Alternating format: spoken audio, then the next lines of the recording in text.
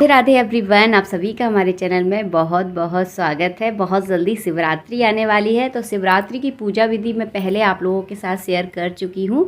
आज के वीडियो में आप सभी लोगों के साथ मैं शेयर करूँगी शिवरात्रि की पूजा की जो सामग्री होती है, हमें किन किन चीज़ों की आवश्यकता होती है। तो सारी सामग्री इस वीडियो में मैं दिखाऊँगी आपको। बहुत ज़्यादा सामग्री नहीं दिखाऊँगी, जो विशेष ज़रूरी होती है हमें पूजा में, जो कि हमें चाहिए ही चाहिए, वही सारी सामग्री आप लोगों के साथ इस वीडियो में मैं शेयर करने वाली हूँ। तो अभी तक अगर आपने हमारा वीडियोस लाइक नहीं किया है तो जल्दी से आप वीडियोस को लाइक कर दें, और चैनल अभी तक सब्सक्राइब नहीं किया तो जल्दी से चैनल को आप सब्सक्राइब ज़रूर करें, क्योंकि इसी तरह की जानकारियाँ हम अपने चैनल पर आप लोगों के लिए समय समय पर लाते रहते हैं।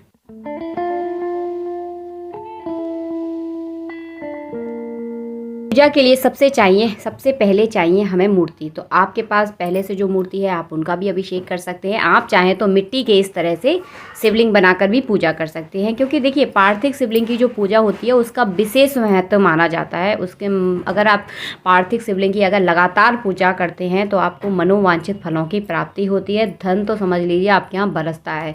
तो पार्थिव शिवलिंग का पूजा का जो है ना विशेष महत्व माना जाता है। अगर इस तरह से बनाना अगर आप चाहते हैं तो आप ज़रूर बनाएं। मैं तो आपको यही एडवाइस दूंगी कि इस तरह से मिट्टी के शिवलिंग आप ज़रूर बनाएं। अगर इस तरह से नहीं बना पा रहे तो सिंपल सादा भी आप बना सकते हैं, जिस तरह से आपको आते हों। लेकिन ध्यान रखें, चटके हुए शिवलिंग की पूजा नहीं की जाती। तो देखिए आप इस तरह से बना सकते हैं मिट्टी के। अगर आपके पास आसपास मिट्टी नहीं मिलती तो आप सिंपल जो भी आपके यहाँ शिवलिंग है तो आप ला सकते हैं और उनकी पूजा कर सकते हैं। देखिए मूर्ति के बारे में मैंने आपको बता दिया। आप चाहे मिट्टी के बना लें, आप चाहे तो आपके पास जो शिवलिंग है उनका भी आप पूजा कर सकते हैं। अब चलिए मैं आपको बताती हूँ फूल पत्ते हमें कौन कौन से चाहिए। तो हमें चाहिए कलश के लिए अशोक के पत्ते चाहिए, या आम के पत्ते आप यूज़ कर सकते हैं। और देखिए यहाँ पे देखिए बेलपत्र अति आवश्यक है, क्योंकि शिव भोलेनाथ पर बेलपत्र ज़रूर चढ़ाए जाते हैं। तो बेलपत्रों की आप ज़रूर व्यवस्था कर लें। हो सके तो 11 तो कम से कम आपको चढ़ाना ही चाहिए, और अगर ज़्यादा हो जाए तो फिर अति उत्तम है, बहुत अच्छा है। तो देखिए इस तरह के आपको बेलपत्र लेना है। बेलपत्र हो सके तो छोटी छोटी पत्तियों वाले जो बेलपत्र होते हैं वो बहुत अच्छे माने जाते हैं। तो और बेलपत्र आप चढ़ाते हैं तो बेलपत्र ये जरूर देख लें कि कटे फिटे बेलपत्र नहीं होने चाहिए। और ये है अकौवा के फूल, ये भी विशेष माने जाते हैं शिवरात्रि की यानी भोलेनाथ की पूजा में, तो ये विशेष माने जाते हैं कुल मिलाकर। तो इस तरह से देखिए अकौवा के फूल आते हैं, आप ज़रूर चढ़ाएं। और फूल माला वगैरह जो तो भगवान के ऊपर हमेशा चढ़ाई जाती हैं, तो फूल चढ़ा लें आप चाहें तो माला चढ़ा सकते हैं, आपकी इच्छा है। तो देखिए इस तरह के अकौवा के फूल विशेष माने जाते हैं, तो अकौवा के फूल आप ज़रूर चढ़ाएं। ये देखिए ये है धतूरे के फूल, अगर आपके आसपास मिल जाते हैं तो आप धतूरे के फूल आप ज़रूर चढ़ाएं, क्योंकि शिव जी की जो पूजा में सारी चीज़ों का विशेष महत्व माना जाता है। ये है देखिए धतूरे के गटा, तो धतूरे के गटा भी ज़रूर चढ़ाएं आप। तो ये विशेष माने जाते हैं शिव जी की पूजा में। धतूरे के गटा हो गए, अकौवा के फूल हो गए, धतूरे के फूल हो गए, बेलपत्र वगैरह। अगर बेलपत्र का अगर आपको फल मिल जाए तो बेलपत्र का फल भी ज़रूर चढ़ाएं। ये देखिए ये है सेमी पत्री का तो देखिए विशेष महत्व माना जाता है। जो 100 बेलपत्र चढ़ाने से जो फल हमें प्राप्त होता है वही एक सेमी पत्री चढ़ाने से प्राप्त होता है, ऐसा माना जाता है। तो सेमी पत्री आप ज़रूर चढ़ाएं। सारी चीज़ें आपको पूजा में आपको ज़रूर चढ़ाना है, यानी हमारे भोलेनाथ की पूजा में आपको सारी चीज़ें चढ़ाना है। ये सारी चीज़ें अनिवार्य है। जो इस वीडियो में मैं जो चीज़ें दिखा रही हूँ वो सारी की सारी अनिवार्य मानी जाती हैं और बहुत ज़रूरी रहती हैं। तो इन चीज़ों की आप व्यवस्था कर लें। आप चाहे तो एक दिन पहले भी, शिवरात्रि के एक दिन पहले सारी व्यवस्था कर सकते हैं। अब चलिए अब बताती हूँ मैं आपको स्नान की सारी चीज़ें।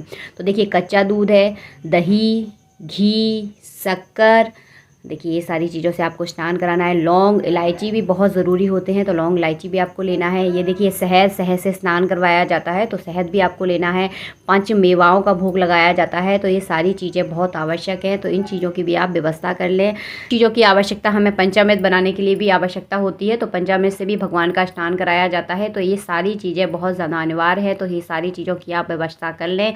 एक दिन पहले व्यवस्था कर लें ताकि आपको सुबह सुबह दिक्कत ना हो पूजा करने में। और शिवरात्रि की पूजा के बारे में तो देखिए मैं पहले भी आप लोगों को बता चुकी हूँ। आप चाहे रात के 4 पहरों की पूजा कर सकते हैं, आप चाहे तो सुबह पूजा कर सकते हैं, आप चाहे तो शाम को पूजा कर सकते हैं।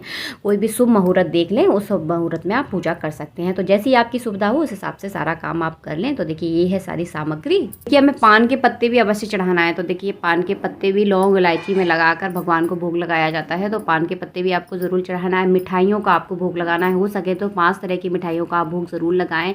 फल में बेर का भोग ज़रूर लगाया जाता है, क्योंकि बेर जो होते हैं ना वो सीजनेबल होते हैं, सीजन में आते हैं। और इस तरह अगर नहीं मिले तो आप अन्य किसी फल का भी आप भोग लगा सकते हैं। इसके बाद देखिए सुहाग की सामग्री। तो सुहाग में देखिए जैसी आपकी श्रद्धा हो उस हिसाब से आप माता पार्वती के लिए सुहाग ला सकते हैं। आप चाहें तो लाल साड़ी ला सकते, साड़ी, बिछिया, पायल, और मतलब जैसे जो सुहाग का सामान हम यूज़ करते हैं उसी हिसाब से आप ला सकते हैं। अगर आपके पास ज़्यादा आपकी स्थिति नहीं है तो देखिए इस तरह का सिंपल सादा सुहाग भी ला सकते हैं, जो कि बहुत ज़रूरी रहता है। जैसे कि महावर हो गई, मेहंदी हो गई, और मांग में भरने वाला सिंदूर, और कपड़े में हमने एक रुमाल ले लिया है, बिंदी ले ली और चूड़ियाँ लेनी। तो मतलब ये बहुत ज़रूरी जो सामान होते हैं वो सारी चीज़ों भी आप यूज़ कर सकते हैं। और सुहाग का सामान तो देखिए आप लोगों को पता ही होगा कि क्या क्या सुहाग का सामान होता है, तो अपनी श्रद्धा के अनुसार आप देख कर ला सकते हैं। तो देखिए हमने यहाँ पर देखिए रुमाल लिया है, और जो ज़रूरी सामान होता है वही सारा सामान यहाँ पर लिया है। चौकी पे बिछाने के लिए आप कपड़ा ज़रूर ले लें। देखिए पीले कलर का कपड़ा रखा हुआ है, तो इस तरह का, ये ज़रूरी नहीं है कि मैंने यहाँ पर पीले कलर का लिया है तो आपको भी लेना है।